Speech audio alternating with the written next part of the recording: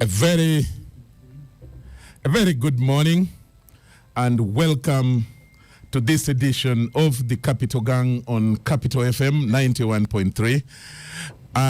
My name is Charles Odongtho. Yes, a strange name on this show, but no visitor here. I'm sitting in for the hosts. Samuel Musoke is out of town. Simon Kasiate is not around, but we expect some of them to be joining us, perhaps Simon.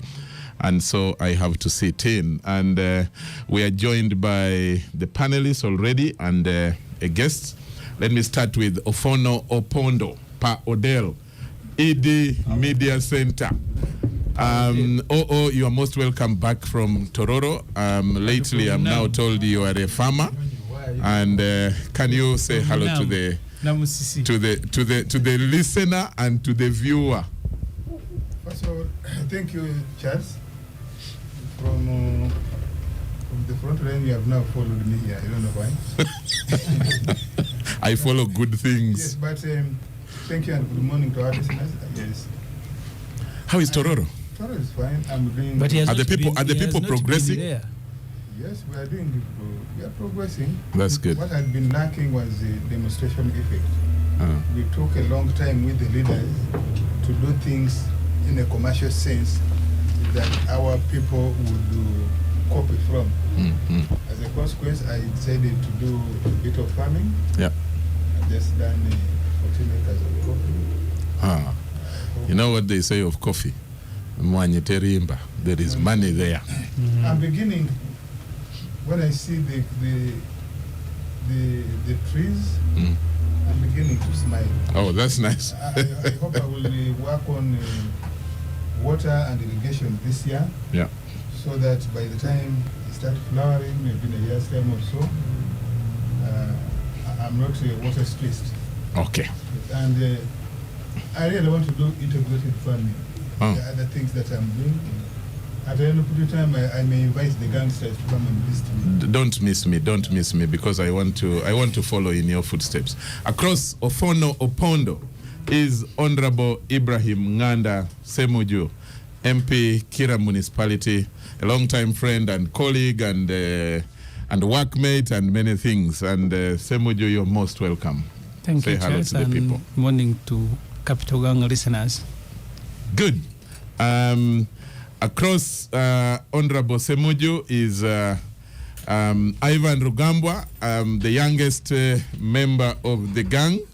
Ivan, say hello, please. So you shouldn't be here politicking. Good morning to the. But Ogo is also a government employee. Why did you say the same of him? Same. A little.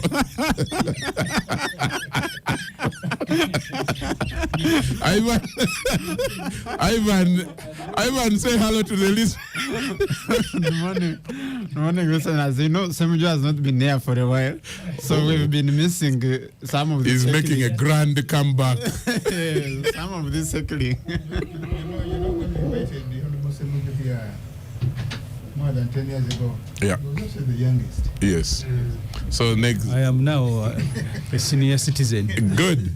And we have a guest, John Kakungulu Walugembe. He comes from the private sector development, and he's an expert on economics, and he's an economic analyst and executive director of the Federation of Small and Medium-Sized Enterprises. Mr. Walugembe, you're most welcome to the gang. Thank you, Charles. Is this your first time here? It's not my first time. Not your first time. So you know them. I tend to be invited occasionally, and it's a pleasure to receive the invitation. Yeah. Good morning to you, and good morning to the Capital Gang listeners, and Happy New Year. They tend to invite you occasionally.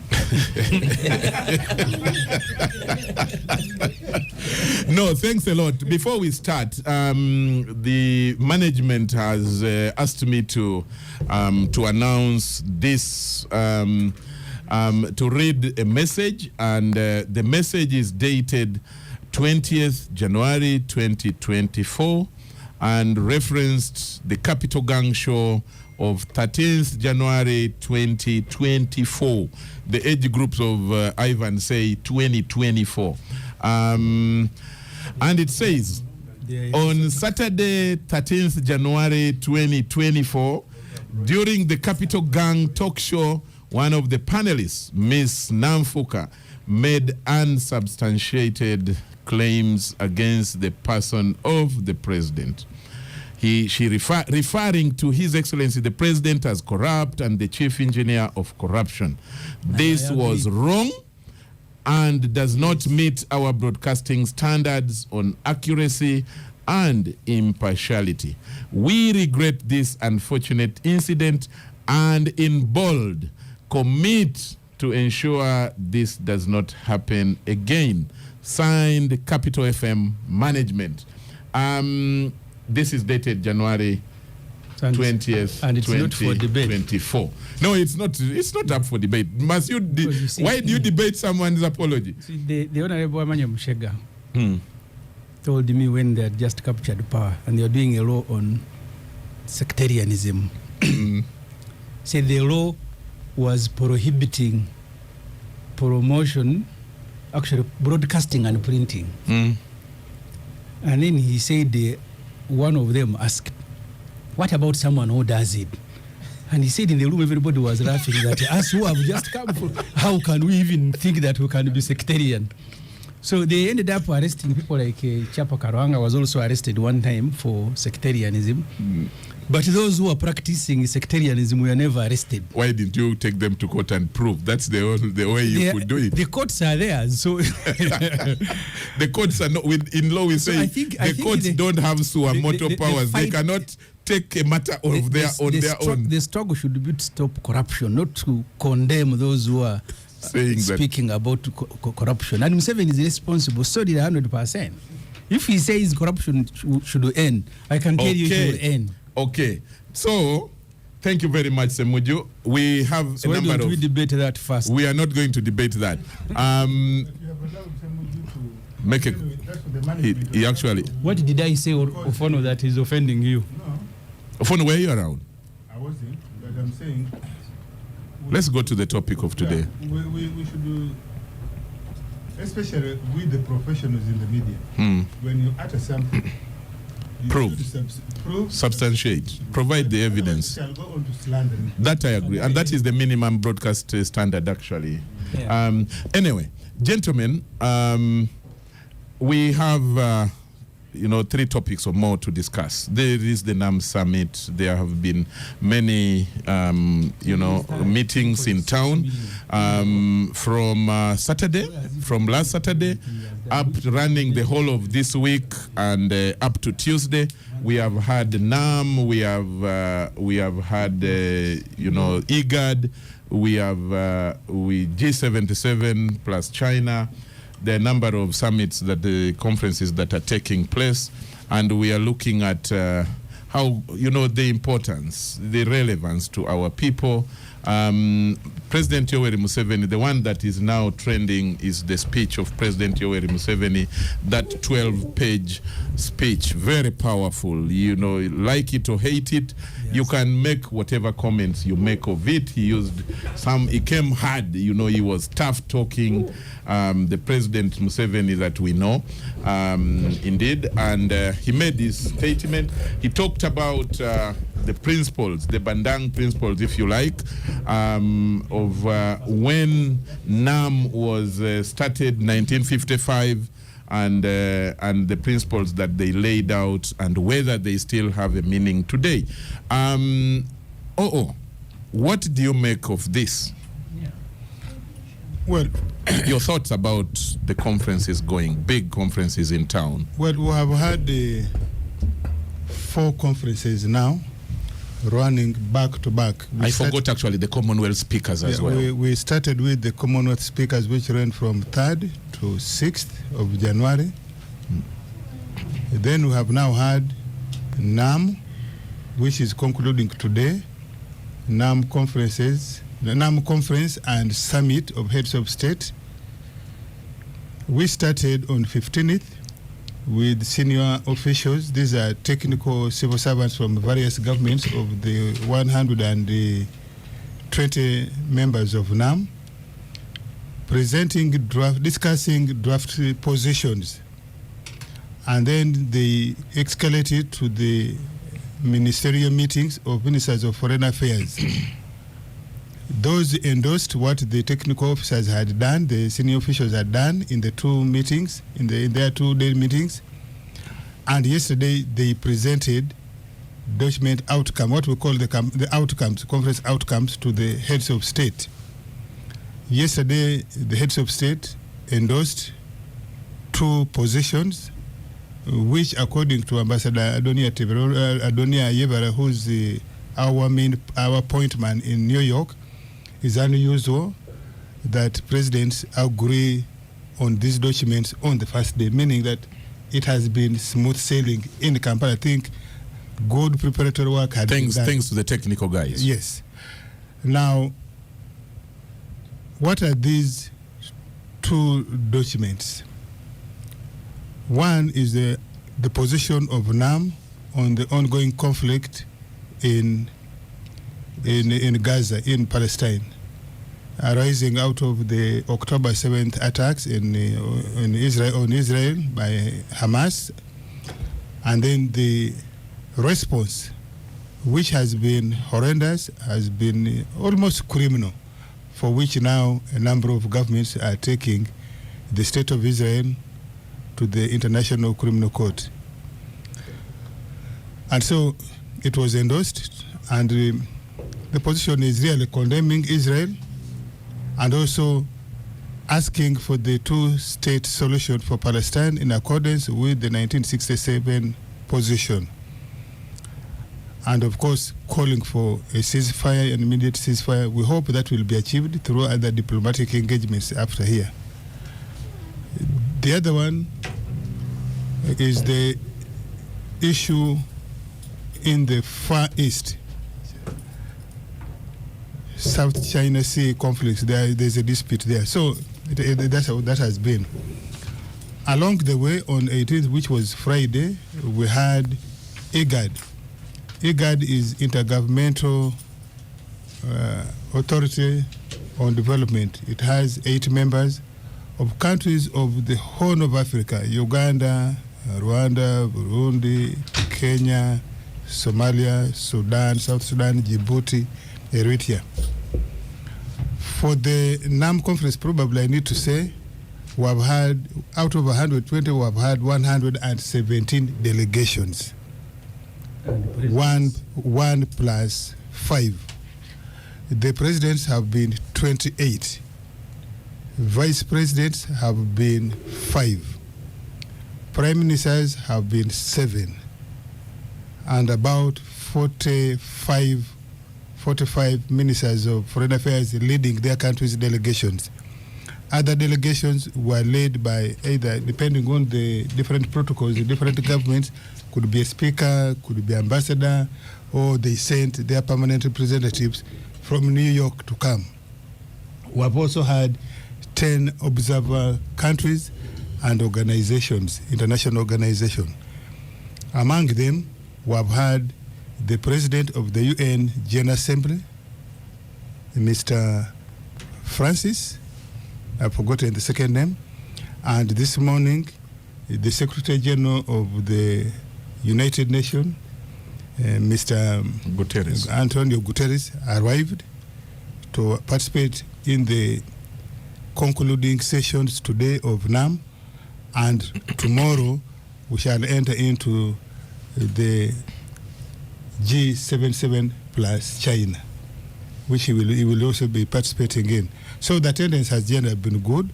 We have not had any organizational hiccup.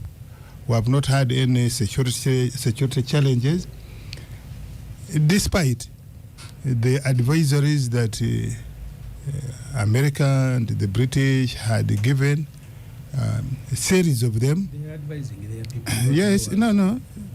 Of course, when they advise their people, these are big countries, they are influential. When they advise their countries, the ripple effect around the world could also affect ours. And considering also, by the way, that there's Davos going on, considering that there is a swearing in the DRC, this attendance speaks volume, in my view, to the confidence countries of the world or members of NAM have in our country, in our government, and I think gives us hope, gives us a better platform to do better on the many challenges we are having, many grievances we have. Could be governance, could be human rights issues, could be democracy, could be corruption, could be implementation of public service. It gives us a good platform.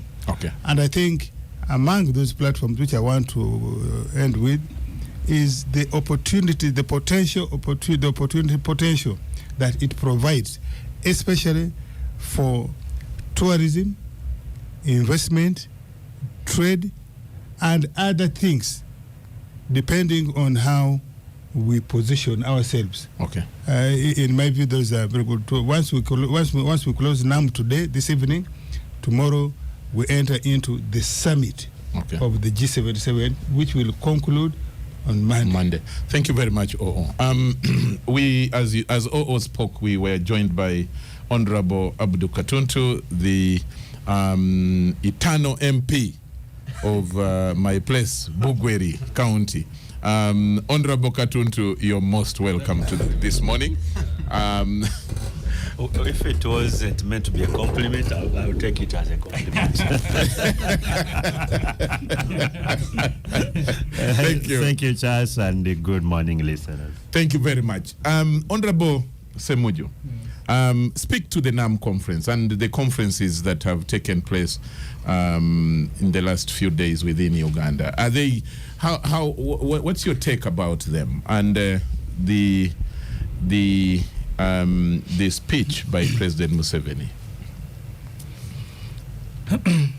First of all, I said during the preparatory work that the government handlers, the spokespersons of government, not necessarily included, not necessarily. Is that also a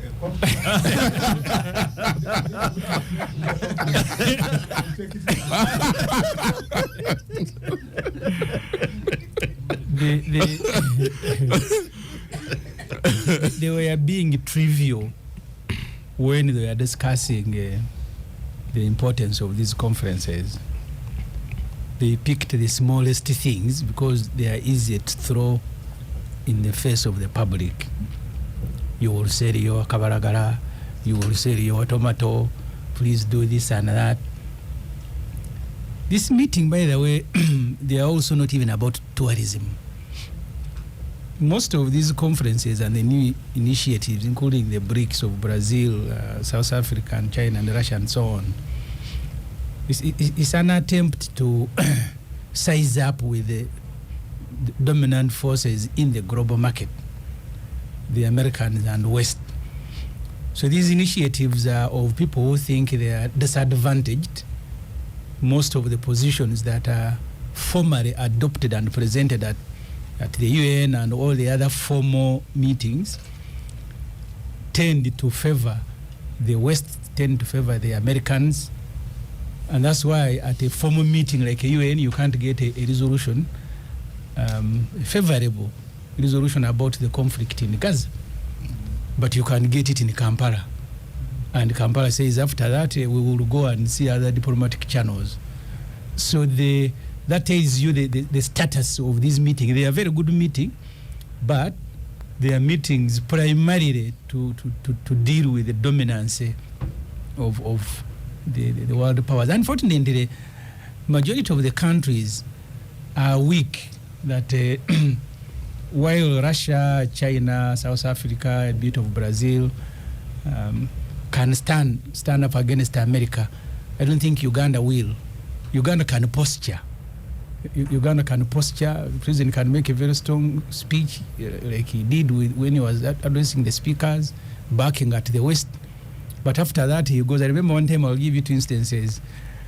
when the MPs were complaining about the sale of Uganda Commercial Bank, the irregular, by Bank of Uganda, huge debate in Parliament. Eventually, Museveni meets NRM MPs, and they felt they had been disrespected by Mutebire when he said, when he disregarded Parliament and he didn't take it and continued the sale.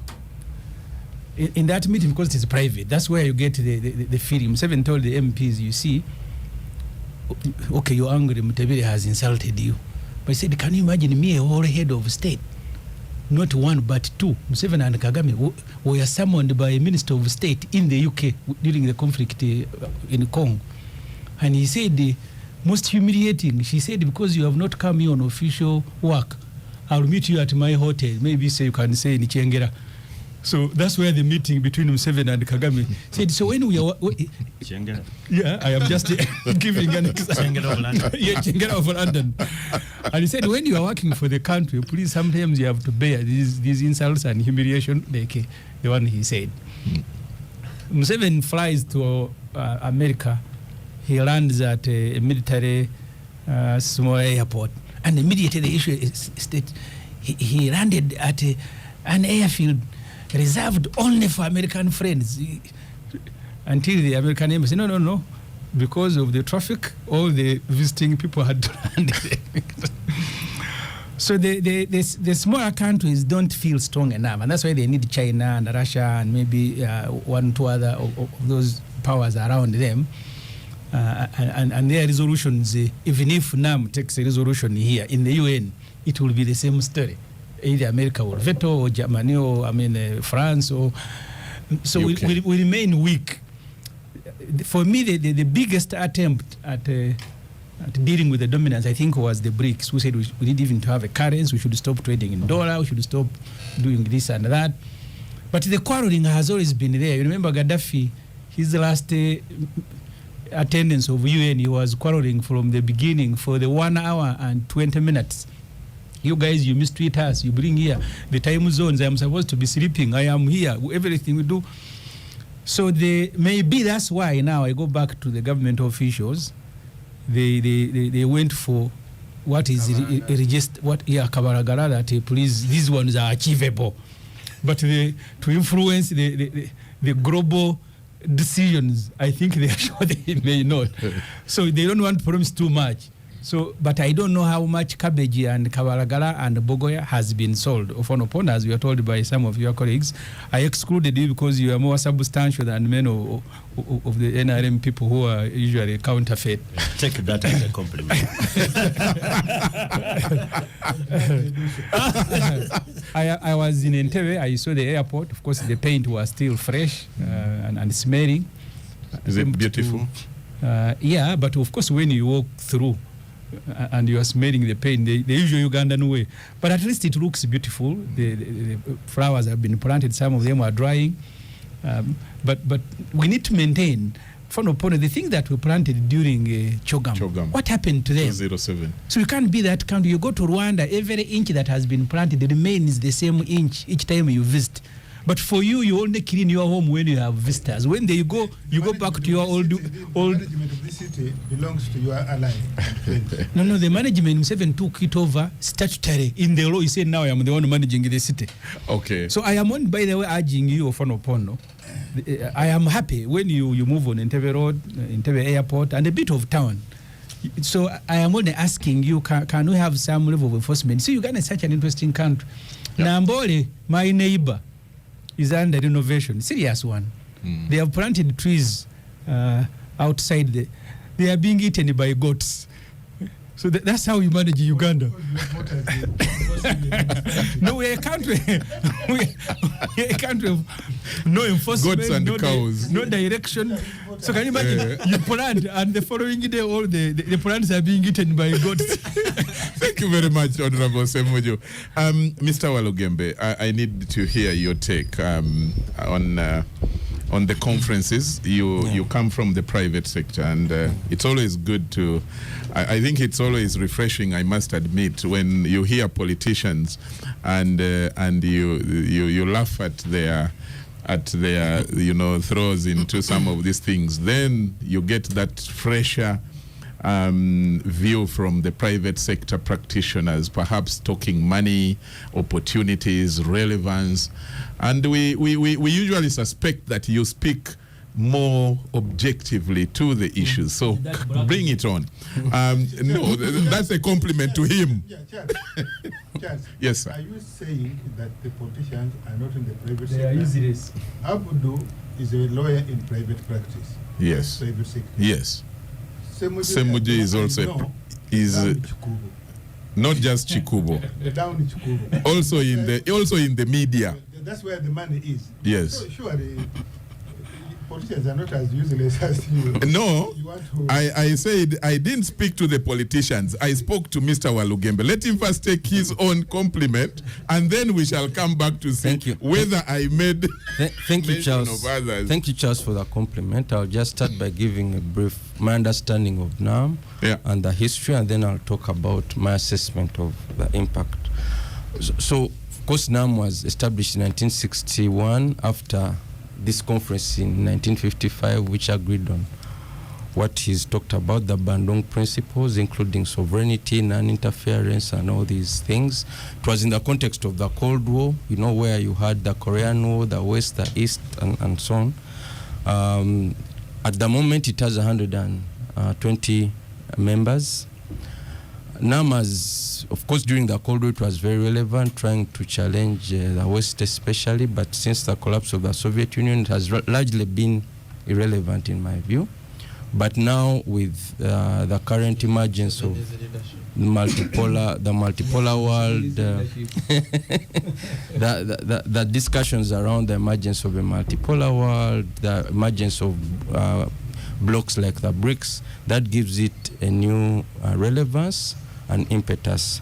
And therefore, it's a great opportunity that we as a country have been able to host this event. If you look at the countries that belong to this grouping, it's quite impressive. It's only second to the United Nations in terms of membership. So the unfortunate bit, of course, is that it has no formal constitution, it has no secretariat.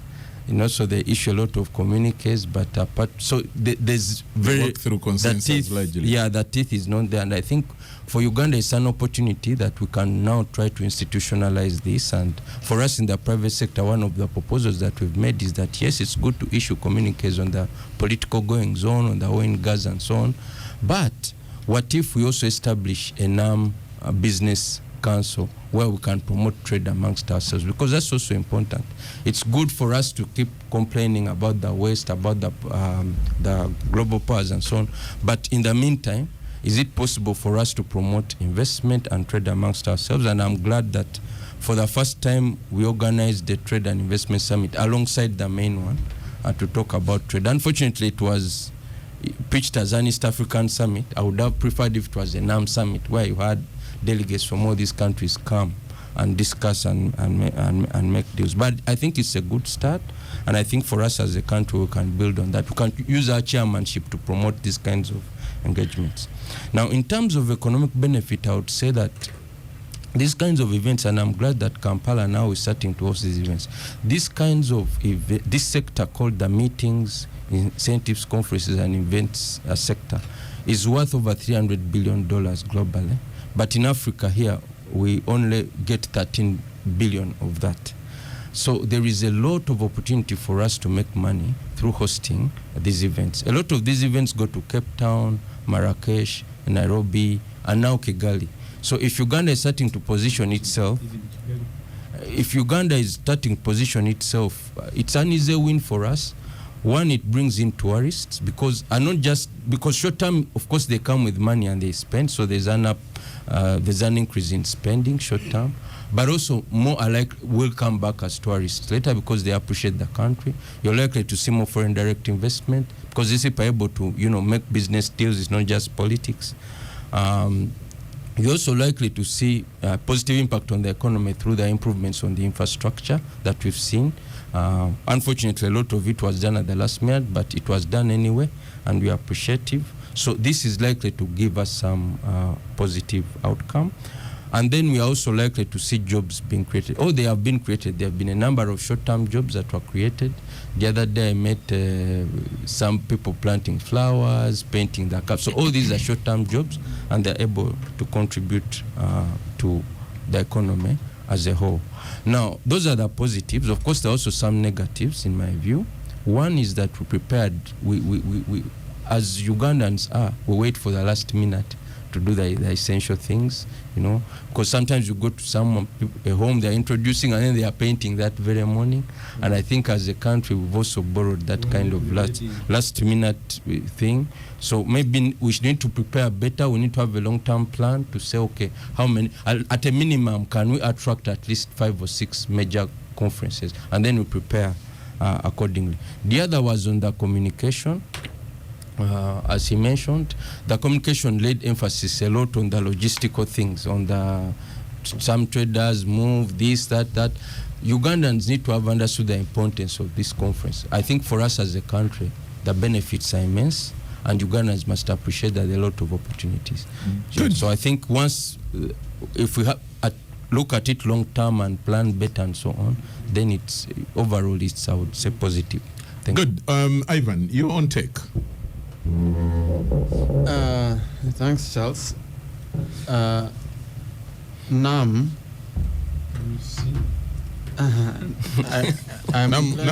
I'm inclined to agree with.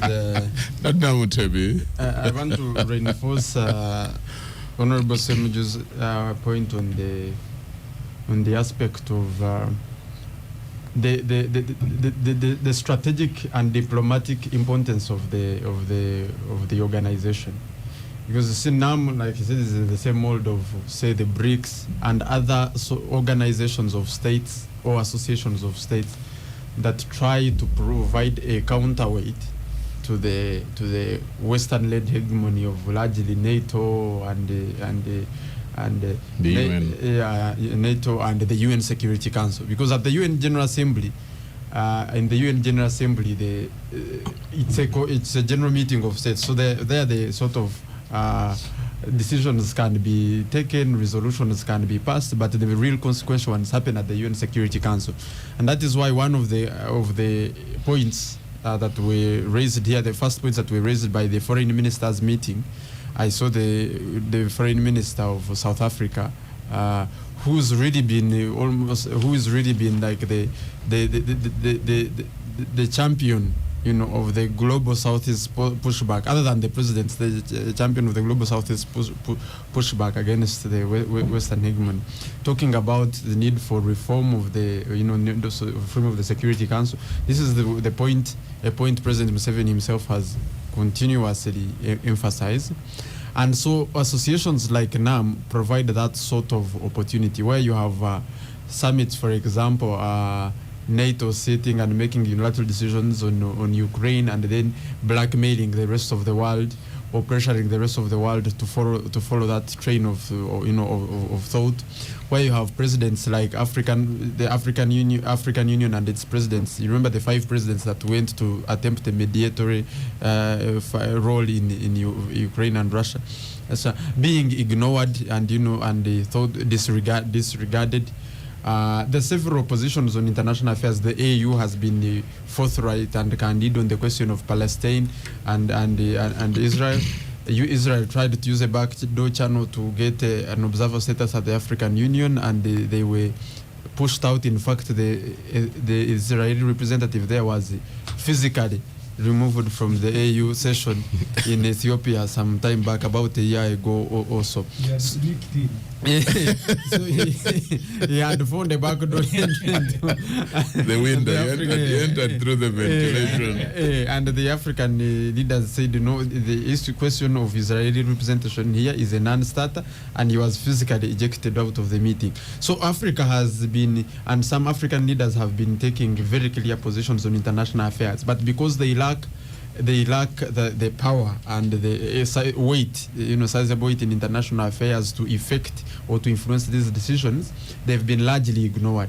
And for me, I look at NAM as a real lost opportunity. Not particularly this summit, but the entire vision and motivation behind NAM. Because when you look at the founders of NAM today, all these are very big states. You know, the original founders of NAM were the His Excellency Sukarno of Indonesia. You had Chu Enlai of China, Nasser of Egypt, and Nehru of India. Today, India and China are part of the biggest 5 economies around the world. When you look at Indonesia, it is also like the biggest archipelago, in East Asia, in East Asia. So these, if they bundled together, and I think now the attempt is through BRICS mainly. If they bundled together, they would be able to provide a strong counterweight to this. You know, for example, questions like the Palestine and the Gaza question should not happen, or Ukraine, without a strong counterposition from this Eastern Bloc, because that when you balance that global balance of power is very important for smaller states and developing nations like that to have options. Otherwise, when you do not have options, everything is pushed down your throat. So the idea of sovereignty and independence of states, which is at the core of the UN Charter, is undermined because you have a unilateral global order that is led by one bloc that pushes all decisions down the throat. And this is what President Museveni was raging about yesterday when he was talking about the ideological bigotry of Western states. So in many ways, this summit is an opportunity for members of NAM, over 120 of them, to reflect, to do some introspection and look at the opportunity in their numbers. You know, because they are not just numbers. If you have China, you have India, you have all these BRICS countries as members of NAM, then you have a sizable weight in international affairs which they are reluctant or coy at exercising. And this is what President Museveni was challenging. So at the strategic level, for me, this was my appreciation of the importance of this summit. Good. The second and the final point for Uganda, it was also a public relations and diplomatic sort of score. Because since the passing of the anti-homosexuality law last year, you have been seeing a barrage of sanctions and attacks, from the Western embassies and especially the United States, and the advisories trying to define Uganda as a no-go area, for not just for tourists but also for international meetings and international affairs. So to host these 4 successive meetings, which have all really been well attended, because the other day Honorable Katuntu gave us the number of people who came for the Commonwealth Speakers Summit, or just gave us a list of the presidents and prime ministers and heads of delegation, 117 out of 120, for them to all show up for this. And now tomorrow you'll have the G77 plus China, is a vote of confidence and was a very much needed diplomatic reinforcement for Uganda, especially in these times as it battles with this new ideological group that the president was talking about. Thank you. Ideological orientation. Honorable Katuntu, one of the way forwards from President Museveni was that there is need for the members to use NAM to exercise considerable influence on the UN, and the rest of your colleagues here have talked about a number of things: the president's speech, the tough word, and especially the call for mutuality, respect, and go back to the 10 principles of Mandang. Do you think that going forward from this NAM, successful as it is, 117 out of 120 delegates, by any score, however stingy a teacher you are, that's a very, very good mark, almost 97-100% performance. Do you think that influence can be exerted from after this NAM? Well, first of all, you have got to congratulate this country for having hosted these 3 international meetings. One, at any point in history, there should be a leader to take a particular group from point A to point B. The world today is faced with another crisis. Gambia was talking about the Cold War then. Today we are not talking about a Cold War, we are talking about a division of global North and global South. And the issues are different. We are really fighting for relevance, we are fighting for independence, we are still fighting for sovereignty. I think President Seven put it better, that one country who is temporarily advantaged by technology and science, because they don't have the monopoly of technology and science, but currently they have the advantage. Tomorrow the situation would change. So how do we, for example, harness the resources we have? And the first resource we have is the numbers. NAM and the G77 plus China constitute 80% of the world population.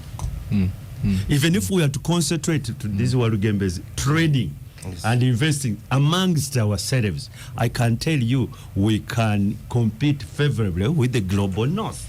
Because all of them also want to compete with us. They also want to trade with us. Just look at what we are consuming. We consume all their gata things. Japan, for example, just look in this country and you see what comes from Japan. A very dilapidated piece of ironmonger on our road is Japan. Is that also a compliment of our vehicles? I don't know. That's what they are. You get it? They're dumping all that steel here and so on, and we work hard to buy it and so on. So it's like, what is it that we can do amongst ourselves? And I agree with the Honorable Semuju, but want to put it different.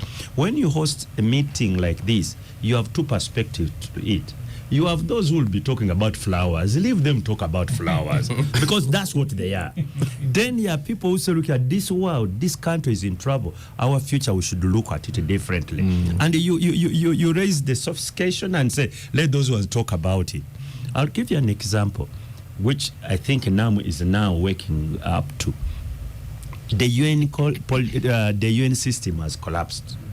And it was never formed for our purposes. It was formed for the purposes of the interest of the Security Council members. Of the victors of the Second World War. It was never about us. NAM and G77 was about us as a reaction to the new geopolitical order. So how is it that we can keep ourselves relevant in the international politics? And let me tell you one thing. The UN Security Council today can never guarantee peace and security anymore. Actually, they are the main cause of world insecurity today. And these are the issues which I think NAM at some level, whether at ministerial level, even at a head summit level, they should be discussing. We have two international wars going on today. One started by a member of Security Council in Ukraine. The other one in Gaza being sponsored by another. And these are the guys in both wars. They are killing, they are massacring actually. It's genocide in those two wars. Thousands of people being innocent killed, women, children. Women. And you know what they say? In war people die. I one time I had an American leader said, no, after it was the president, said, in war people die. And I'm like, collateral damage. My God.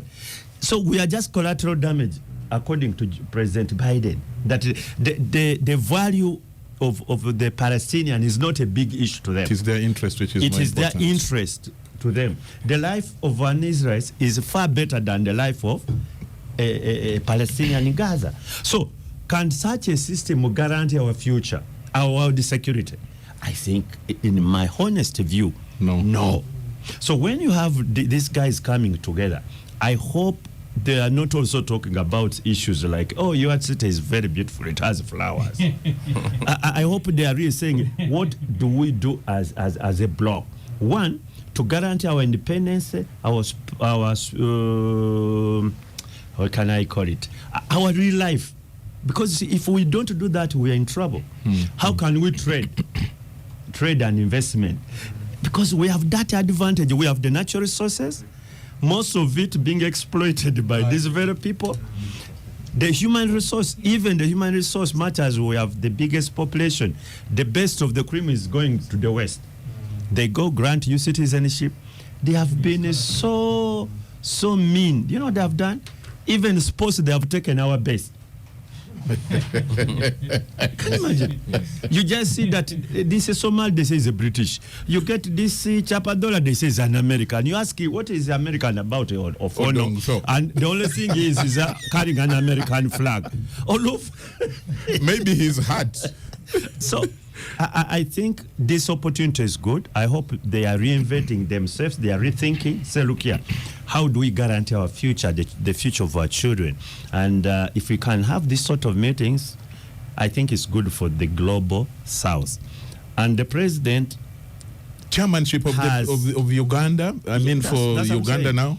Yeah, you will make a comment on that. Yes, the advantage we have today that the current president knows more about this than maybe many of the heads of state. Many of them are young. Many of them have not had a deep thought about, the world. And President Museveni, you can fault him on anything, but not lack of knowledge of what is going on globally. He has this burden now to carry these organizations for the next 2 years, 3 years. Let's see how he does. We pray for him. I think he should concentrate. He should create a secretariat, like Ogembo was saying. And for heaven's sake, don't bring every Dick and Tom and throw there because he lost politics. He needs a job. You need people who can really think and advise and write papers for you. There's one guy who always excites me in his office because I think he's above average by any standard. He's called David Mafabi. Yeah, I mean, that is a 5-star brain.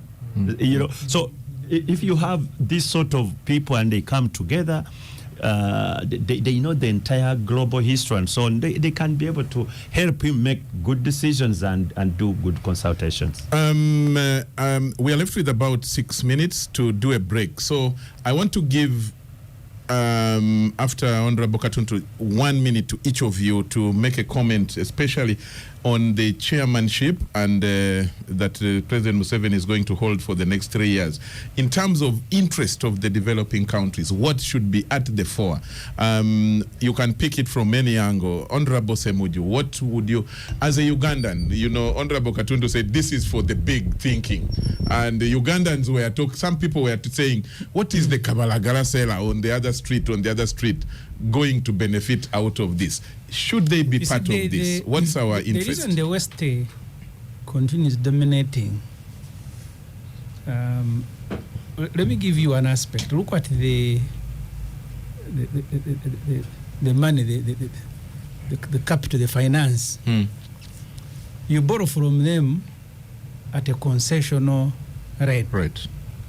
China, who is now our colleague, you need to read the latest story about Zimbabwe. They lend you like a commercial bank.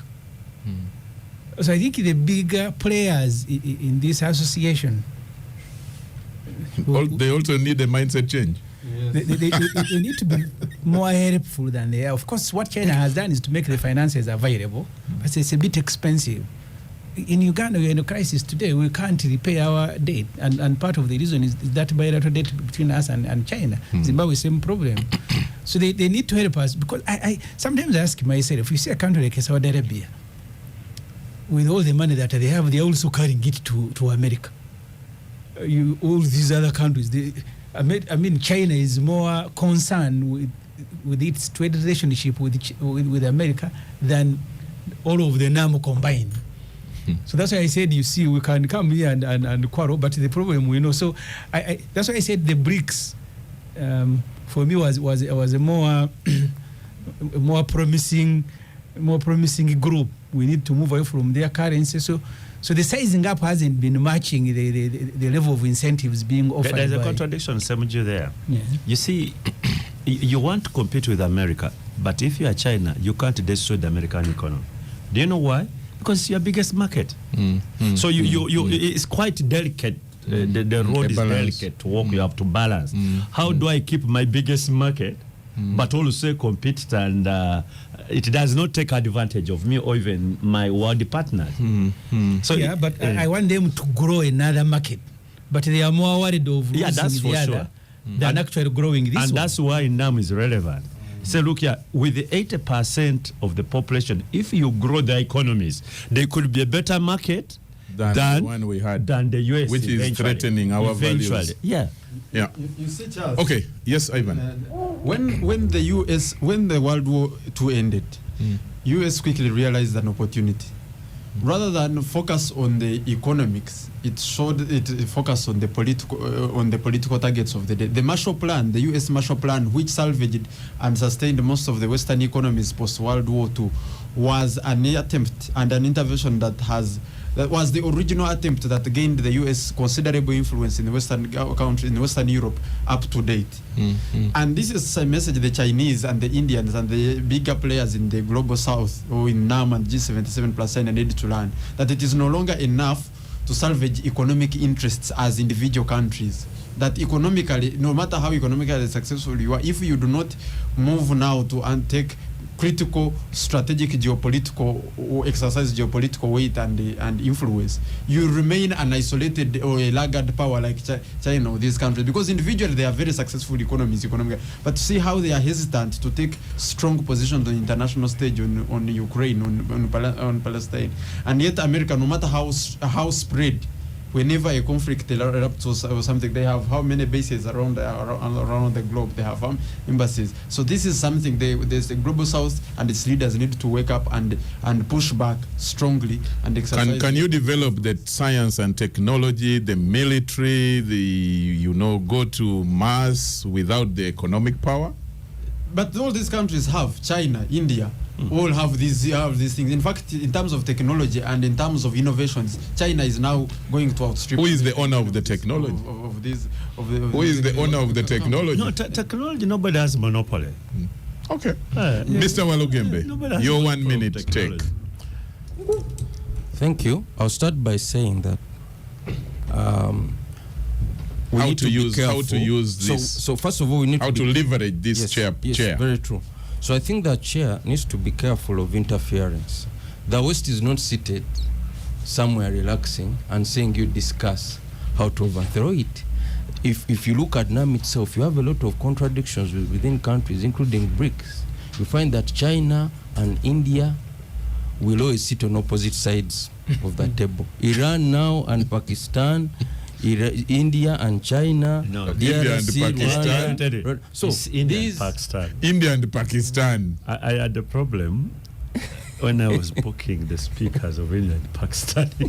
Yeah? Anyway, I think you want to say that? No. It's okay. I'll give you a little I put you on air? Yeah, no, please. So these I think this is something that the chair needs to look out to too. Yeah. He needs to look at quick wins, and our position is that trade and investment is let's cultivate trade and investment amongst ourselves. The way we look at the African Continental Free Trade Area, if you look at Uganda's exports, for instance, we export more to countries where we have bilateral trade relations with. That's why we export now the most to the ESC. Should be the case. So if, for instance, FCFTA comes into reality, and if we have a NAM free trade agreement, for instance, it can open up a lot of markets for us. So for me, I would say, please focus on that. And then finally, when we talk about international institutions, these international institutions are tools that are being used by particular countries. Look at the ICC. They have already issued an international warrant of arrest in the Russian case, but for Israel, the prosecutor went to investigate apparently, but nothing has come. So anyway, some of these institutions are just tools for those friends of ours. Good.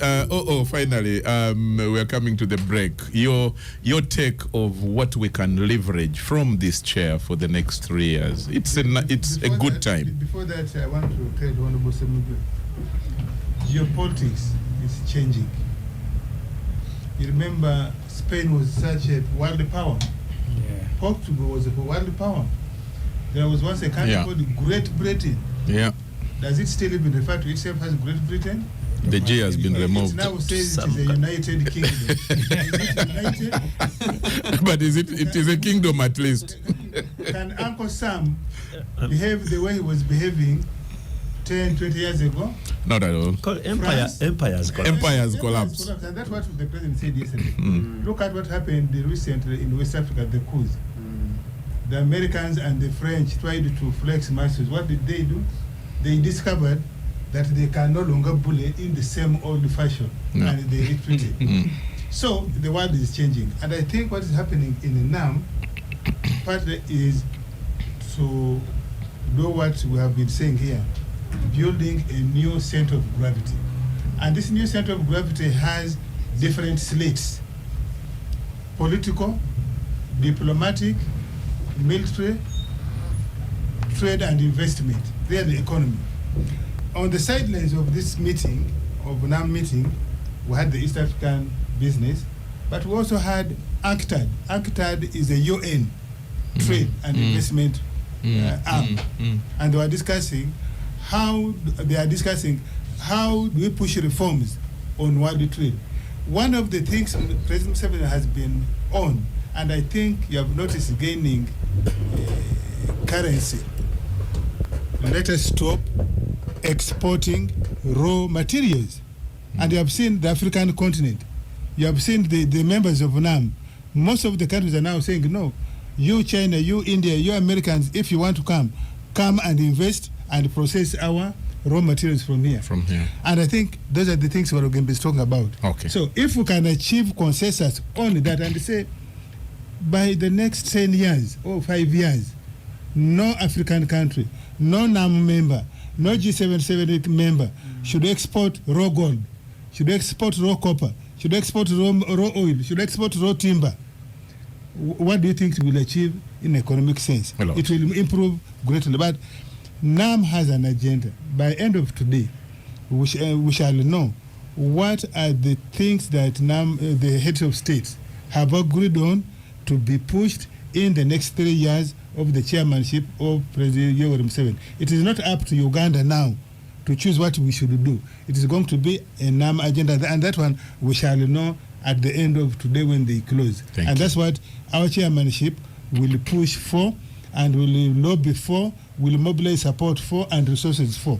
Thank you. Thank you, OO. Thanks, gang members. We are going to go for a break right now, and the gang members are feasting on Star Cafe for breakfast, and we are going to come back. When we come back, we will be taking a look at the opposition activism in the week, on the sidelines of NAM and other conferences, but we will also take some few minutes to eulogize the fallen Iron Lady, Uganda's Iron Lady, the deceased Honorable Cecilia Imat Ogwal. Let's go for that break, and this is the Capital Gang. The Capital Gang on 91.3 Capital FM. Capital Gang on 91.3 Capital FM. We are back on air. This is the Capital Gang on 91.3 Capital FM, and my name is Charles Odongtho, and this morning I'm sitting in for the absentee the moderators of the Capital Gang, but the panelists are here. Of course, minus Namfi, who is away on leave, on suspension. We have Honorable Abdu Katuntu, Honorable. On suspension with supervision. Who is supervised? Capital is supposed to supervise. Namfi, I know you are listening. Who has taken Namfi's place today? Where she sits? I need It to. is empty. It is. Semuju, you are not a good friend. We have Honorable Katuntu, we have Honorable Semuju, we have Mr. Walugembe from the Private Sector Foundation, we have Ivan Rugambwa, and we have, of course, I don't know between Katuntu and Ofonopondo, who is the oldest member of this gang? Oh, is. Oh, is. Wow. I'm now doing it 24 years actually. Wow. And you're writing your own history. December 99. Wow. Yeah.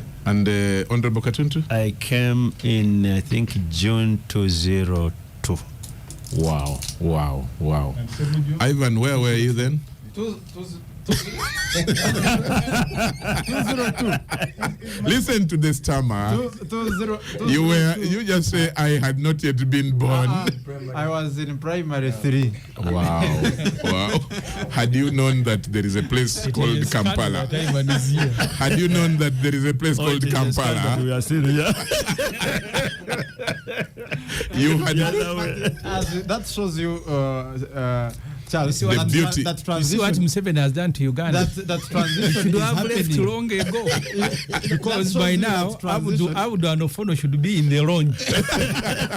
And us are about to enter, because here, But that shows that transition is slowly taking root. It is taking root. already, You know, that's where we want it. that's the beauty of life.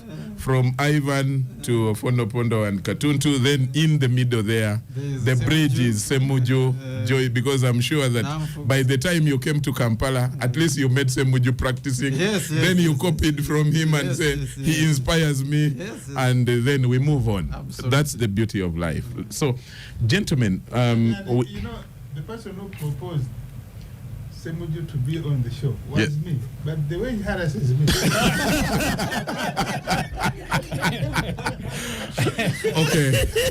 okay, that's good.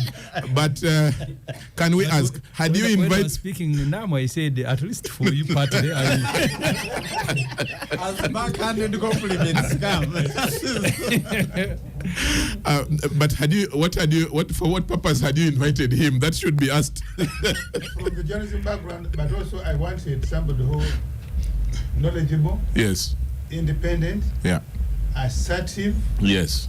and will not fear to call a spade if he has the facts. So out of those 4, he has done all correctly, He has right? done all correct, and by the way, I keep giving him compliment that even in Parliament, he's one of those opposition politicians you would not want easily to lose.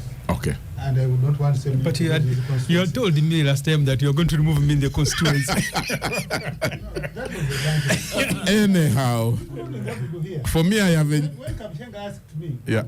I said Abudu would be a good one, and they have not disappointed. They are consistent guys, Good. and you can't find them at fault at all. Yeah, from this side, for me, of course, I've enjoyed all of you in your different I'm brands. reluctant to thank Ofono. Gentlemen, And that is the reason why he proposed the opposition leaders took to the streets and with different kinds of actions as NAM came to Kampala immediately after the Commonwealth Speakers Conference. I saw Kano Besije planting some banana on the street, on the roads, and a policeman told me we are holding Bobby Wine at home, and then I see in the evening he's in town and atop a vehicle roof, and I want us to interrogate what they achieved, what was the usefulness of that. Are they going to, maybe Semuju should tell us, are they going to continue with this, and what is the goal? So let me start with the person who observes more than without taking sides is Ivan in this. What? Ivan. So what are you talking about Ivan in the studio or another Ivan? Yes. At least openly, it doesn't show that he has taken sides. Ivan, there is a protest against it. No. No. So what did you make of this? Look, I think that the publicly expressing displeasure about the state of road infrastructure in the city is a legitimate expression, and I think that Dr. Besigye and his colleagues have a legitimate right to do so. All of us, I think, for the past 1 year on this show, have been criticizing KCCA or decrying the state of road infrastructure as the authorities have passed blame from one person to the other. And I think that in this conversation, what is lacking is responsibility, is taking responsibility for this. Because you see, in the protest was the Lord Mayor of the city, and now there have been arguments, and I'm sure Semuju will regurgitate that power that you will do it. You will regurgitate the position that power was taken away from that the Lord Mayor does not have power. But you see, every day we talk about taking responsibility and accountability. Let's even assume that the Lord Mayor does not have power. What is he still doing in the office he occupies? Because then what is the essence of taking responsibility or being an accountable leader? If you think you have been disempowered and you no longer have a role or cannot effect change in the city, rather than join the side shows of planting trees in the middle of roads you are supposed to oversee or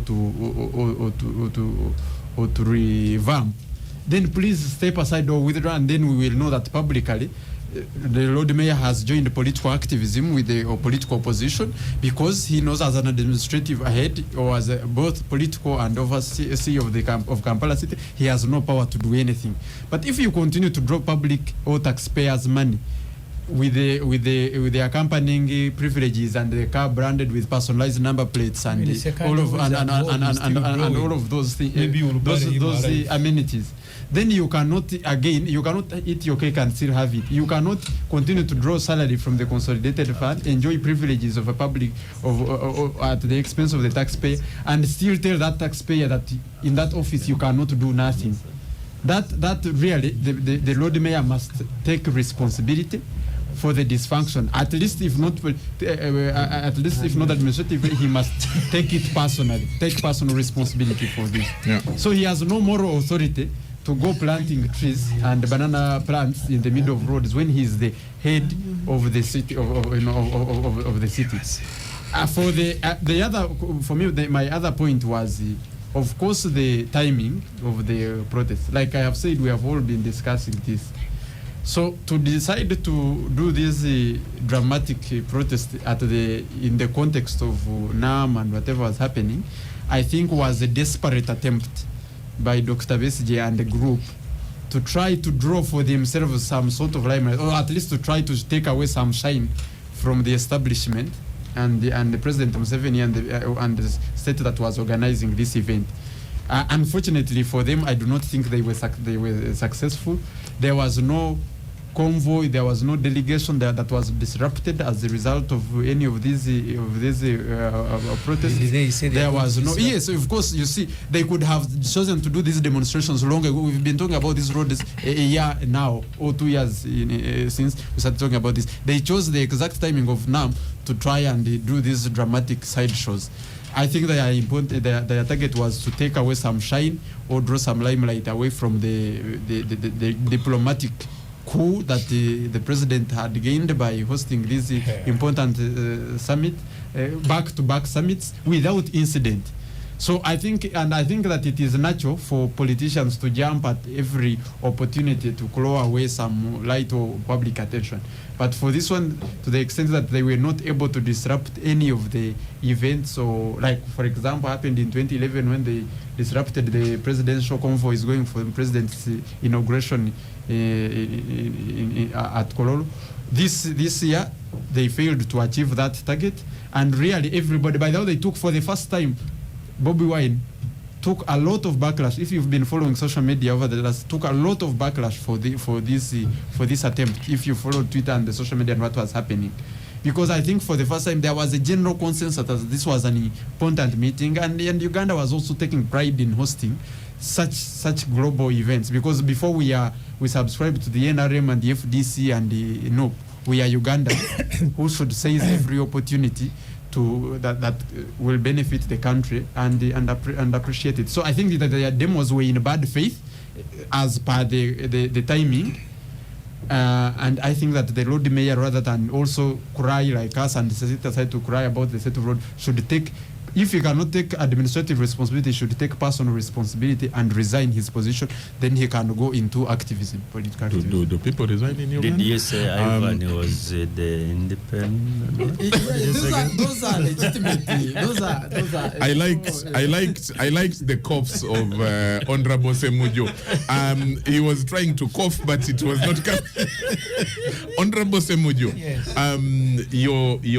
Your take of the your colleagues' activism and the acts that they went for on the sidelines of the conferences. I think what we will do in the future is to ask Ivan and the people he speaks for to give us a timetable of demonstration, clearly stating on which dates that we should demonstrate or not demonstrate. Don't demonstrate on a Sunday. People should go to church. And a Friday. Because we also want to go to the mosque. You remember recently Dr. Vesje was on a demonstration that had started in a smaller way. But the court system put him in Ruzira. They had said he must pay 30 million. And then the same week, someone who was being charged with a small offense of unlawful assembly was asked to pay 30 million to be granted the bail. And there was someone who was charged of murder and he was asked to pay 2 million. So the demonstrations have always been there. In fact, I thought that Ivan was going to feel very good at all the international meetings. I have not seen any international meeting that has gone without a demonstration. In fact, for them, they even gazette places where people should go. But you are now I can understand why you like NAM. Because if you're going to become, I don't think many members of this NAM, they are not people who are going to care so much about human rights. I don't think so. They are not. And that's why the success, because you see, these things you think are small, they are not. But I don't think they even care, because many of them have done the same thing that Museveni has done. They have left the opposition politicians in jail, no demonstration. I saw a post, I think someone had concocted it, the one of Tanzania, that I don't know if you are the one who said it to us, that on the day the opposition wanted to begin demonstration, that it was the day cleaning up the military. I was going to clean up the city. Because if you look at there is nobody who has used misfortune to his advantage like M7. When COVID came, I think in his sitting room he was thanking God. No rallies, nothing. Then he had to beat people, arrest. This meeting, I have seen the amount of SFC on the street. Even where there is nobody to police, they are there. I can understand, because you don't want an incident when you have international guests, but the exaggeration has always been there. So Ivan has every reason to be angry that he had on the day what he has called the diplomatic coup.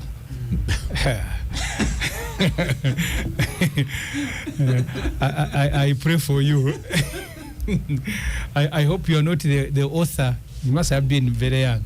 Okay. Of that statement, 7 landing at an airfield reserved only for American friends. Only for America, to say, please. The other airports, because of commercial flights, we are very busy. So all the guests had to land here. Yeah. And all the guests were but okay. Mr. Walogembe, what did you make of the activism, the demonstrations? Okay. First of all, I would start by saying that we are all concerned about the poor state of the road network, especially in Kampala. It has a negative impact on the economy. People spend a lot of time in traffic. People have to repair cars and so on. So I think that is definitely an issue. Number two is that we also poor at maintenance. So we wait for a big pothole to appear in the road and then we backfill it with soil instead of undertaking maintenance in a timely way. So I think that's also another issue that we ought to address. Now, on one of the benefits that such a summit brings to us is an improved image as a country. And I think at such times it's imperative that in spite of our internal contradictions, we try to get as much mileage as possible from that. So for me, I would think that the timing was inappropriate. The issues are valid, but the timing was very inappropriate. Typically, at international events, you have demonstrations, but on substantive issues that the conference is addressing. So if you have NATO or the G7 or whatever, they say you guys are engaged in ABCDE. So I think, and then what happens is that we also allow designated places for such demonstrations to occur. Where are they designated? Yeah, so for me, I would say the issues that were being raised as legitimate issues, I think the relevant officers in government, whether it's KCC or whoever, needs to take note. But the timing, I think, would have been better. Talking of the timing being wrong and the issues valid, you are a senior spokesperson of government. Why couldn't some of these road things, infrastructure arrangements, be done early? The question has been asked. We knew about NAM. There was, by the way, an 2021. MP who was also protesting differently Who during was a that? meeting at Africana. Who was that? And she said, to hell with these NAM meetings. You have pushed us away from the paved roads. And, Yes. and you have The left last for one us. had just lost his car to the guests. That way. No, she's not a minister. So we knew about NAM 2021? I think 2021. 2019, But officially, the president actually put government on notice to start preparations by 2021. Yeah, but remember, 2021, we had COVID, and because of that, the resources were suppressed. Yeah. Secondly, we could not do certain things. Of course, we had saved in the SOPs. One of the things that was open was construction. Now, you could ask why, if construction was open, why didn't we use that time opportunity to do the preparatory work or even actual implementation? Use the other microphone. Actual implementation of key construction projects. Yeah. We did not have the money. You know, here we administer a cash budget. Yeah. And I think because we did not know the ripple effect of COVID, how long it would last, government could not spend the money it had on the roads. Nevertheless, we can do better in planning and execution. Yes, we can do better and in planning, budgeting, and execution. The government is entirely responsible for this sluggishness. Nevertheless, all the leaders of the opposition who are protesting have been in parliament, have been in the government, majority of them. So they know how the government system works. I thought they know how sluggish government. One of them is the chief executive, political executive of Kampala City Council Authority. It is not his first time, his first term as Lord Mayor.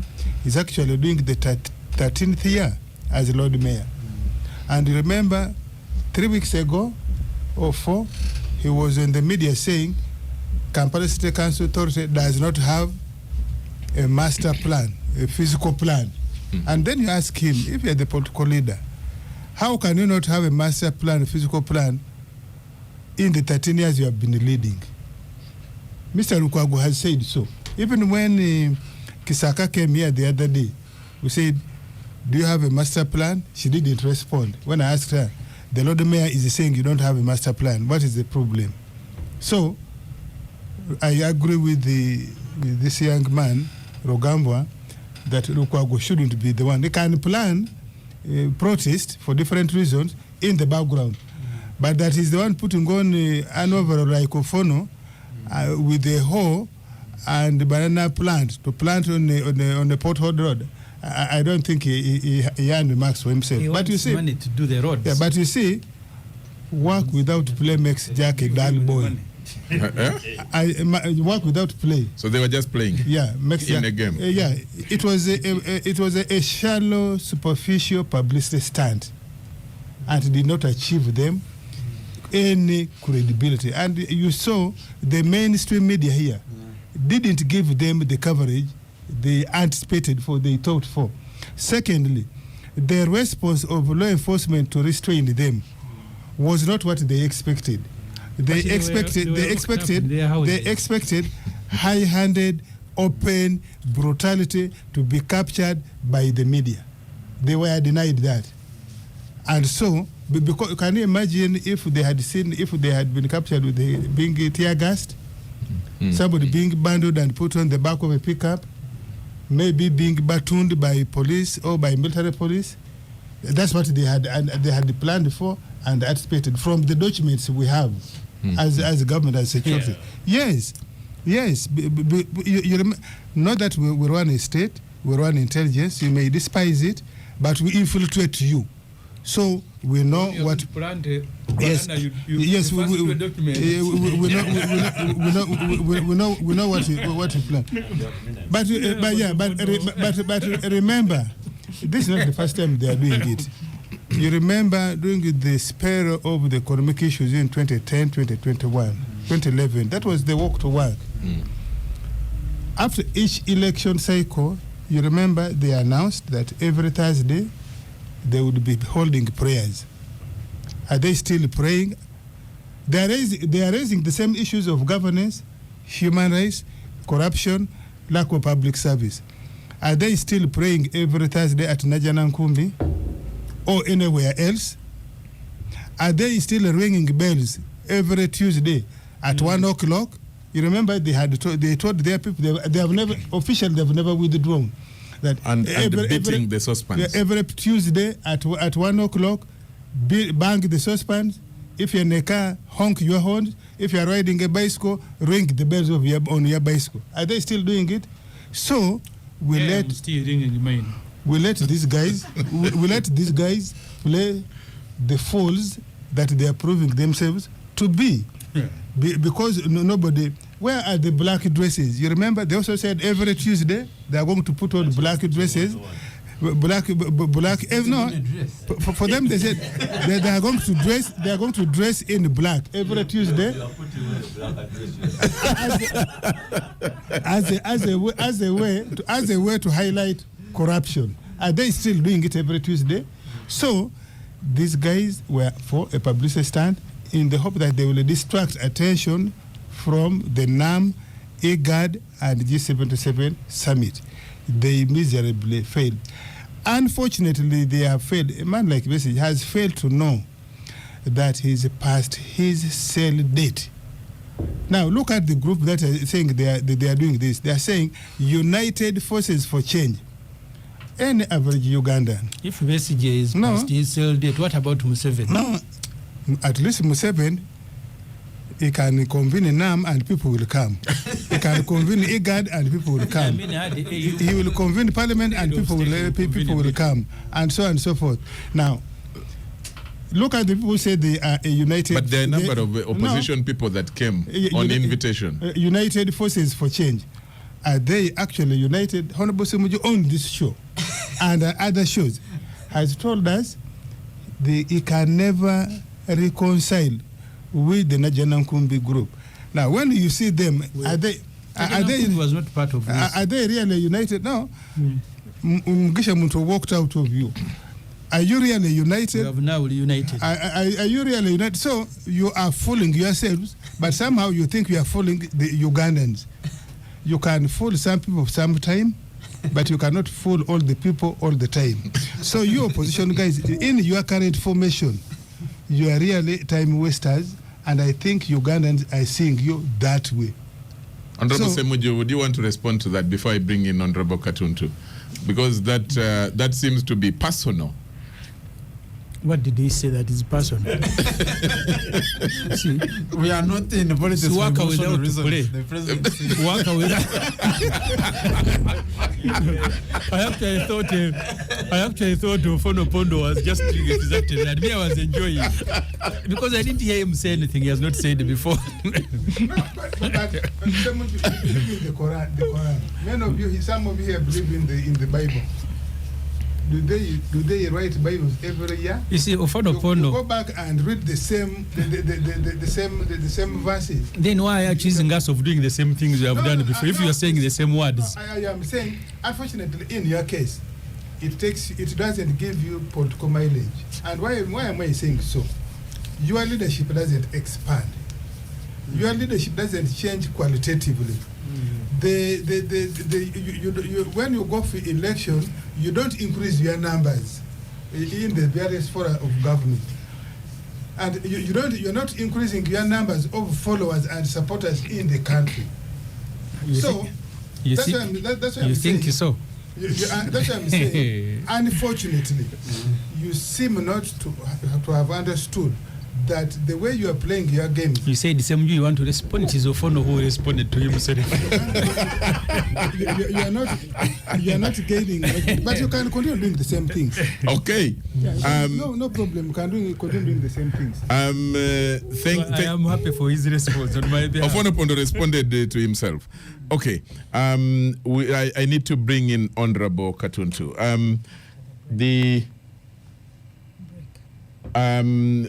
But I will bring Honorable Katuntu after the break. Let's take an immediate break right now, and then when we come back, Honorable Katuntu will weigh in on the issue of the opposition protest, and then we will move to eulogize Honorable Cecilia. Let's take that break. The Capital Gang on 91.3 Capital FM. Capital Gang on 91.3 Capital FM. Gentlemen, we are back on air, and we are back for the final segment of this edition of the Capital Gang on 91.3 Capital FM. My name is Charles Odongtho, and I'm in the studio with Honorable Katuntu, Honorable Semuju, Mr. Walugembe from private sector, Ivan Rugambwa, and Ofono Opondo from the media center. Just my brother, yeah. my t-shirt is not black. Was it haunting you? Oh, you are still thinking of. Then Honorable Katuntu is going. Honorable Katuntu is going to go for another punch. You are wearing a black cap. Not only black shirt or t-shirt, but also a cap. Any more dispute? Follower. UPDF Defense College. Okay, gentlemen, before I bring in Honorable Katuntu on that final comment on the opposition protest, I need to read this statement for the last time. On this gang, the statement by Capital FM management and dated 20th January 2024, and that's today.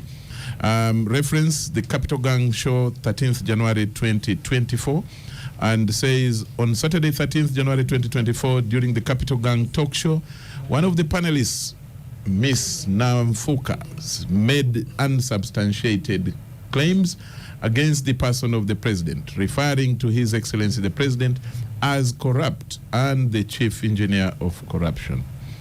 This was wrong and does not meet. Described as corrupt. This is, Honorable Semuju, this is an official statement of management, so you listen to it in silence. In silence.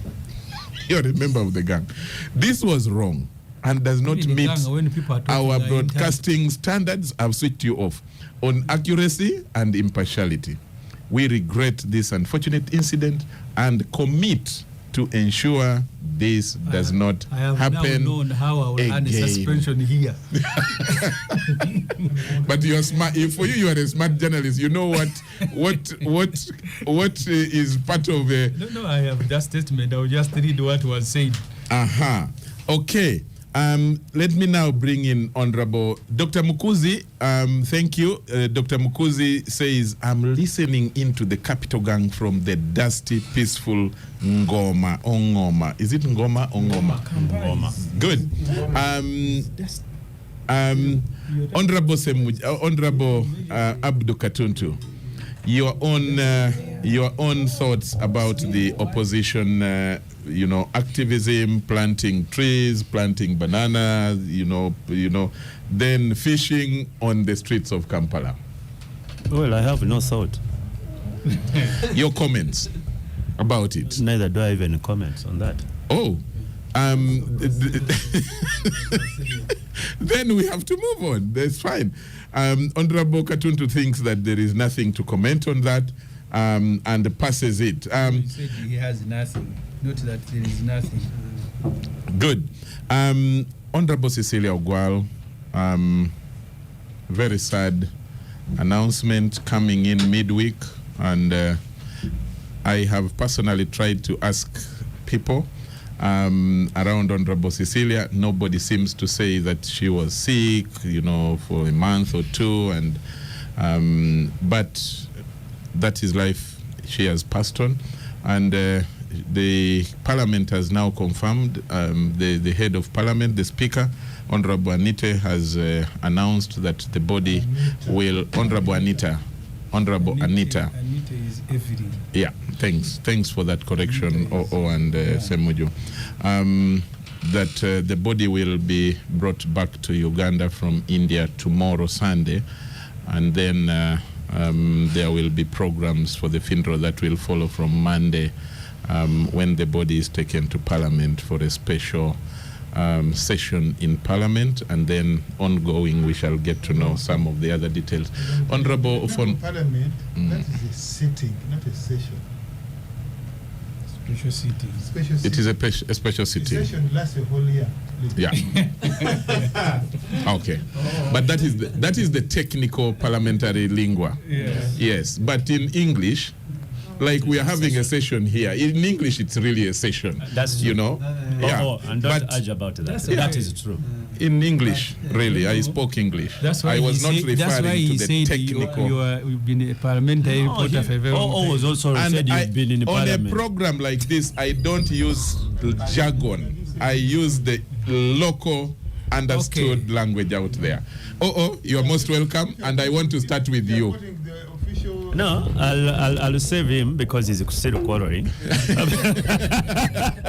No, if you are quoting, because the speaker's statement is a special sitting. Let's. I'm starting with you. Both of you are right, but so you don't have to quarrel. A session ordinarily might mean a sitting technically. So I mean, why should you have a conversation over nothing? No. But the speaker's statement is in the writing, and she was. Charles, are we now speaking about the statement or about the death of Honorable Cecilia?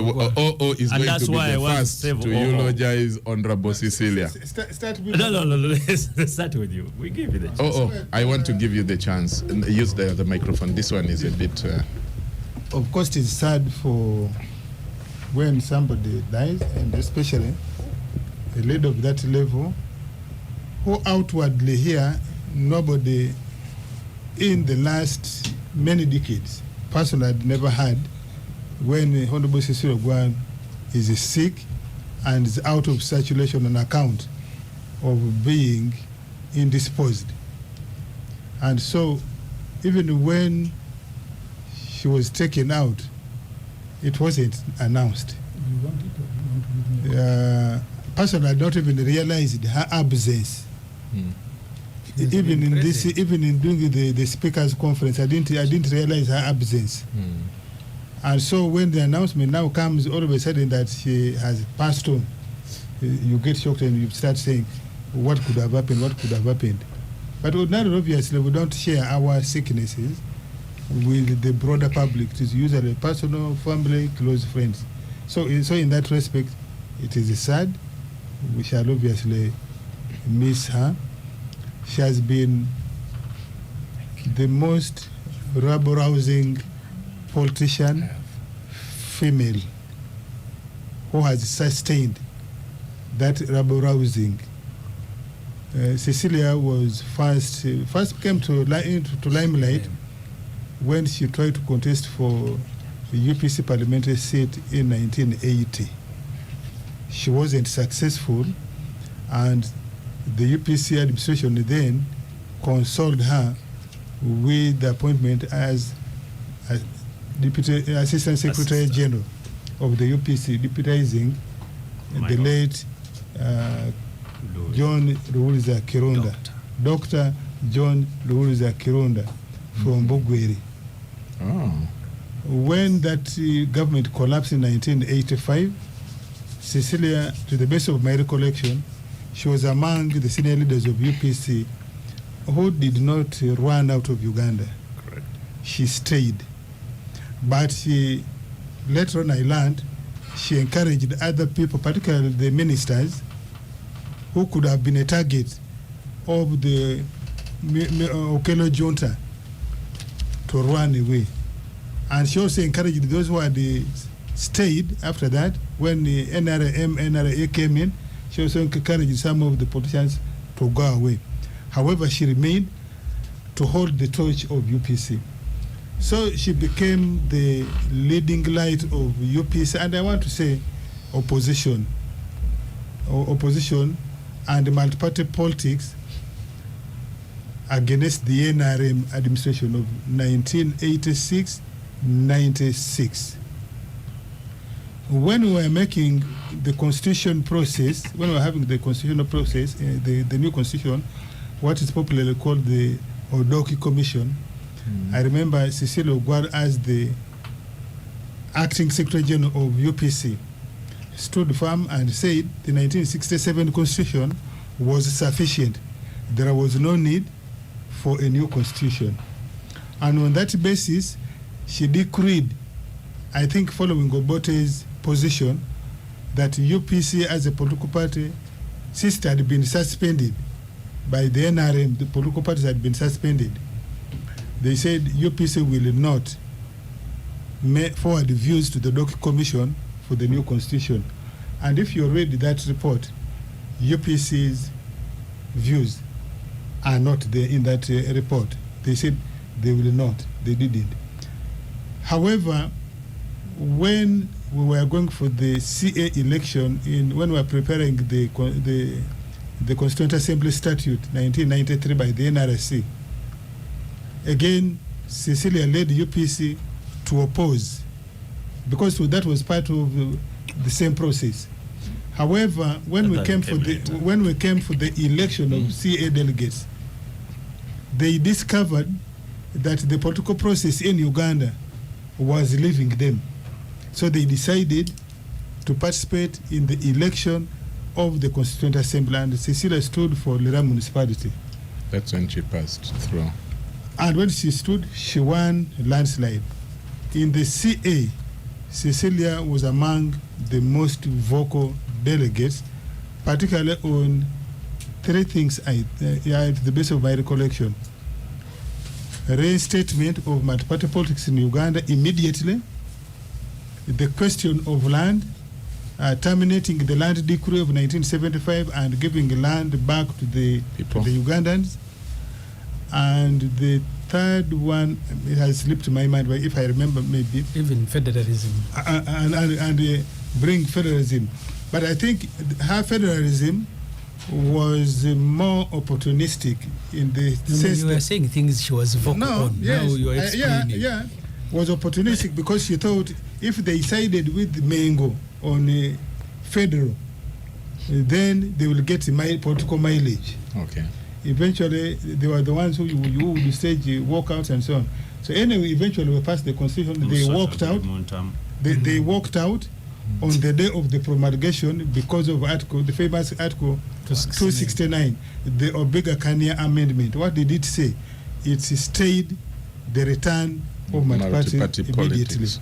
When we went for the election of 1996, Cecilia Ogwal, I think, was the brain behind cobbling together an alliance, IPFC, with the DP and other opposition groups. The Interparty Forum? Interparty... It was Interparty Forces for... Cooperation Forces, something like that. Which Forces for Cooperation. Yes, which sponsored Dr. Semugere as a presidential candidate. I think she was even the chair. No. I think it was Mutagamba, but she was a mayor. Yes, it was Mutagamba actually. So when Semugere lost election, Semugere of course announced that DP members should not participate in the subsequent election, and Cecilia remained the most relevant and leading voice of opposition politics and multi-party politics in Parliament and outside Parliament. No, thank you so much, and what a wonderful history. Many things you have said are things that I hadn't actually known, but now, so that is why I... And then, of course, when she decided to come back for the 6th Parliament, then they disagreed with Milton Obote, and she was sacked as acting Secretary General and also chairman of the UPC Presidential Policy Commission, and replaced by Dr. James Ronyarare. And as we say, where is in he? 2001 to 2005, she chose now to join to form part of the group that formed FDC. A party. But well, she joined. Okay. She joined the FDC. Then now I think it is more befitting to bring in Honorable Katuntu at this point. Honorable Katuntu, your own eulogy of Honorable Cecilia. I know we have very few minutes. It has gotten even more interesting to listen to this, but let's do the needful. Well, one, I think I'll have opportunity in 3 minutes, if possible, to talk about her on the floor of the House on Monday. But I can tell you, I first met her in 1987. Wow. I don't think there's anybody in Parliament currently who at that time had met the Honorable Cecilia Ogwal. At that time, it was me and the late Jacob Bolanya when we went to see her on first floor Uganda House. She liked calling Jacob Bolanya my son. All of us. Yeah. Actually, she would use another word, which I can say every time, say, my stupid sons. Everything she would tell us, you stupid son, what I saying. That's how she used to refer to me and Jacob. Yeah. And it has been that journey lasting over 3 decades. Even my political journey began actually in her sitting room in Bugorobi. Wow. To me, she has been a mother, she's been a leader, and she's been one of those, and a friend, and a workmate. She's been literally everything. There is no woman who has influenced my life, my whole life, more than Cecilia Ogwal, not even my own biological mother, because I've lived the last 30 or so years, we've lived together so closely, and so on. Her children are like my kid brothers, all of them. I'm like her firstborn, and they all know it, and it's quite unfortunate. But she's been sick, actually. Only that whenever you are sick, you don't go around telling people that, here I am, I'm sick, and so on. But the president issued a statement saying his wife has COVID. So she's been sick, but she's been a very strong woman, as you know. She was a leader, and at one time, I'll give you a joke as I get off. The rest, what I said is 90% true, 10% maybe not. But when she was a leader at the Uganda People's Congress, it comprised of these following people as the team: Ben Wacha, the Honorable, Abednego Ngom, Honorable, Okello Honorable, Dick Nyai, Honorable, Patrick Mwanda, Honorable, Professor Patrick Ruvaihayo, Professor Chichi Mujaju, Patrick Mwanda, of course, so on. And we used to meet, and she was literally the one chairing us. So one time I asked her, but why is it that you're the only woman? I've been very stubborn and The other call of hers, that my stupid son. Yes, say stupid boy. Look around.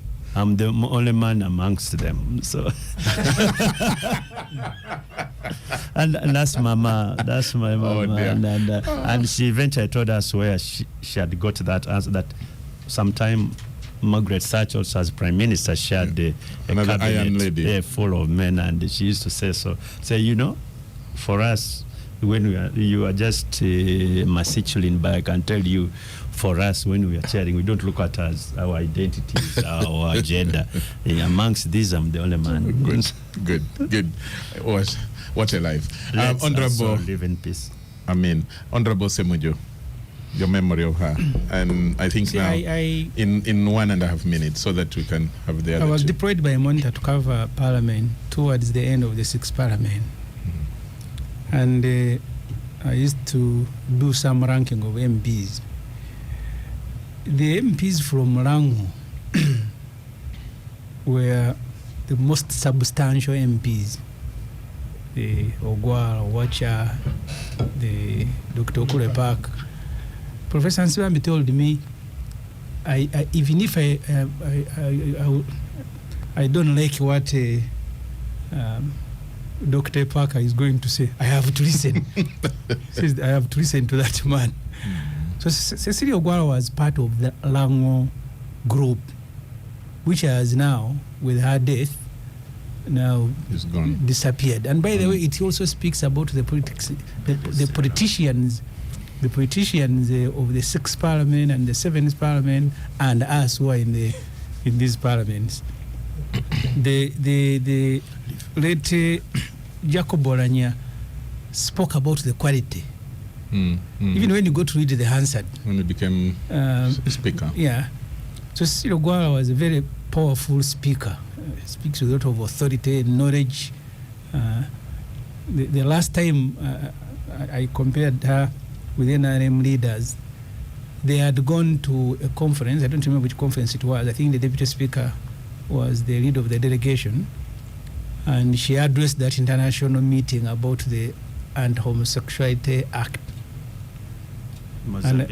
Mozambique. And I told the Parliament, you see, when you are sending delegations outside the country, you need to think twice. Because her speech there, compared to those who went to represent us in UN, the climate change meeting, and that's why I said, and I'm sorry, I don't mean to hurt people. If I'm constituting a team to send, I want Cecilia Ogwal to read it. If I'm sending to King Muswata, like I said last time, that's why I put Alupo and Nabanja and others, where it's just a social meeting. So, and I said that in Parliament, and I say these things in good faith, that nobody, everybody will want to listen to Cecilia Ogwal, even if you disagreed with her. And I disagreed with her on many, things, but she commanded the respect because of her knowledge, because of the forceful way, the authority with which she said she made her points. Okay, thank you, Ivan. We are not yet born. Yes, and I think in the spirit of Katunt, I should also let this one pass. In respect, but are there no things that lessons that you learn even at your age? Ivan looks at me as an elder. What can he say about Cecilia? Okay, Mr. Walogembe. Maybe just one line. Yeah. As I pass to Walogembe, for me, I think that she was one moderating voice, at least from the time I gained political consciousness. She was always that one moderating voice. As you can see, she would lead a government delegation or speak at an official government delegation. But even for government, when Uganda was campaigning to have the Speciosa Wandera as was chairperson of the AU Commission. Cecilia Ogwal was one of the Ugandan official government people of the part of the task force to campaign for Uganda's interests and for Semuju, you are in government by virtue of being an MP. Government has 3 arms and Parliament is one of them. And if you are a member of Parliament and you draw your salary from the consolidated fund, you about Parliament, don't be ignorant. In Parliament, no, that is the law. Government sits on the right hand of the Speaker. I don't sit there. Parliament has 3 arms, and that is the fact. Mr. Walugembe. Okay, thank you very much. I would say in that 1 minute, she we was need a to get out successful of here. business person. She was a pragmatist. She was a torchbearer in the area of women empowerment, and she was principled. And we hope that the Lord gives her a peaceful rest. Thank you. Yeah, Mr. Crispy Kaheru sends greetings to all of you and says, wow, this is a very vibrant gang today. And he says, I'm getting you live and clear from a cold Dhaka, Bangladesh. Katuntu is on fire. It was, then he gives a clarification. It was Black Monday, not Black Tuesday. Thank you so much, Mr. Crispy Kaheru. I want to say I really enjoyed the covering as a journalist covering Honorable Cecilia Ogwal. May she rest in peace. For me, the pain for the last 4 years, Ivan, I was also young as far as Cecilia Ogwal's politics is concerned, but the pain for me is that for the last 4 years I have been trying to convince her to write a book. From around 2018, we have been discussing. Whenever I met her, this is something I've even told Honorable J. Pam, that please, can you write for us your history of your participation in Uganda's politics when you can still see it. Then sometime last year, around August, she had finally accepted. And then when we met, the time that the MP for Erute died in an accident, Angiro Gutumoi. I met Honorable Cecilia Ogwal just in the Parliament parking, and she was entering a car now to leave. And she said, oh, my son Odongso, now you know that I have agreed we need to start writing that book, get for me a recorder. And then around November, she told me, let's now start it from January. And I didn't know she was sick. I never knew. For me, that is the pain, because I really thought a book by Honorable Cecilia Ogwal, when she does it herself, would be one of the best to read. Ofonopondo, Honorable Katuntu, even Honorable Semuju, write your own books. Let nobody else tell your story after. I want to thank you very much. Star Cafe for the coffee that you brought to the gangsters. Capital Gang, this is it, the 91.3 Capital FM. Have a good weekend, have a good Sunday. And to the delegates visiting Uganda, enjoy. To the Ugandans, keep smiling and receiving our guests.